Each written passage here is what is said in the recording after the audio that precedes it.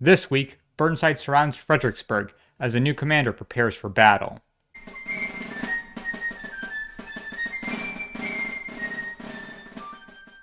On the 23rd, Major General Henry Halleck, the General-in-Chief, approves Major General Ulysses S. Grant to begin the move towards Vicksburg. Vicksburg being the next strategic port on the Mississippi.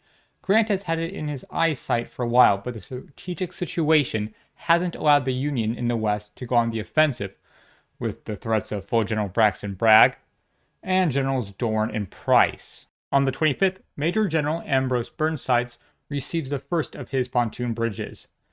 They are way less in number than he had hoped. The city of Fredericksburg is being fortified. On the 23rd, Lieutenant General James Longstreet arrives. On the 22nd, Lieutenant General Stonewall Jackson moved from Winchester towards Fredericksburg. He is expected in a week. On the 27th, President Lincoln is in Aquia Creek, meeting with Major General Ambrose P. Burnside.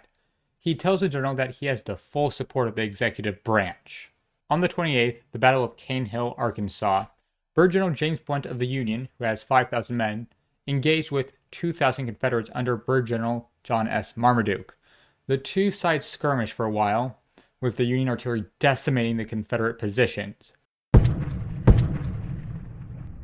When the Confederates run low on ammunition, Marmaduke orders a rear guard to be set up and withdraws. 40 Union casualties to the 50 Confederates. It's a Union victory. Then there is Sickles. He has arrived at the Rappahannock and has set up camp. His officer's tent remains empty though.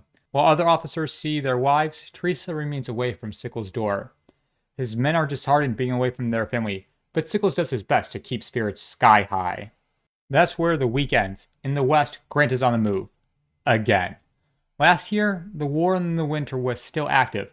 Oputeyahola was fighting, the Trench Affair was ongoing, and we have major movements. Well, sort of major movements. The Union Army has been saved, but not strengthened so far. Full General Braxton Bragg has Major General William Rosecrans unable to make major movements. Or has he? Major General Ulysses S. Grant can move as he wishes, and Vicksburg will be one of the last locks keeping the Mississippi from being brought back into the Union. General Burnside is stuck a river away from full General Lee, but he might as well be on the moon without his pontoon bridges. That leaves us to just look and wait, as the soldiers do, to see if this winter will be a peaceful blanket of snow or a hailstorm of ice.